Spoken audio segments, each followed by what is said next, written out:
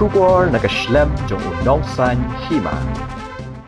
Chief Advisor ka Sorkar Bashipor ka Bangladesh Muhammad Yunus ula Byrngem ban ino ay rekam kum Chief Advisor lada Kiwei ki Seng Pyrthei kim ay ka Kyrshan banlong kum Nongïalam. Kani ka Byrngem Yunus ka hadian ka yakhi ka Bangladesh Nationalist Party BNP hakasngi pale bat ka Byrngem he sipai hakisngi baladap ban penlong yak election jiat menteri rang ba adu bathamai Bangladesh.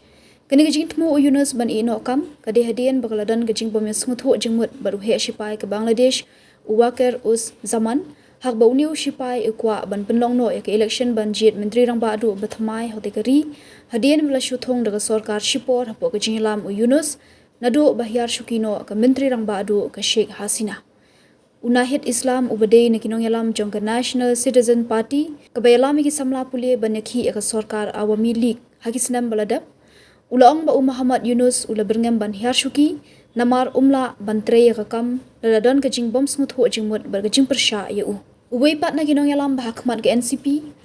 Ariful Islam ubaladan lang ka Nongïalam ka kinhun menteri jong Yunus ulayat hu ba unahit ula kerpat Yunus baun beteng bet ya kakam Henry Yunus ulaong ikini Nongïalam jong ki samla puli ban thauno daga weipat ka Sorkar Bashipor namar ba umla ashu ban beteng ya kani kakam dagi hajar ngot ki pat ba na kasngi kilami banekhi hadhaka bandawa ban penne byang Yunus ban sinsha na kabda sansnam bat ban penlong ya ke election hadian kata uhe sipai ka Bangladesh uwakir us zaman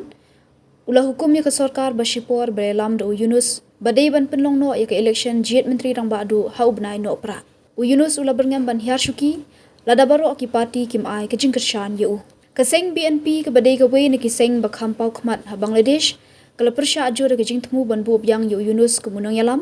klam da penlong ya ka election nama na ka khang no ya ka Seng Awami League ha ka kam Saiñ Pyrthei ka BNP kala yi ishai bakan job ya ka election bat kan sawan ha ka bor sanshal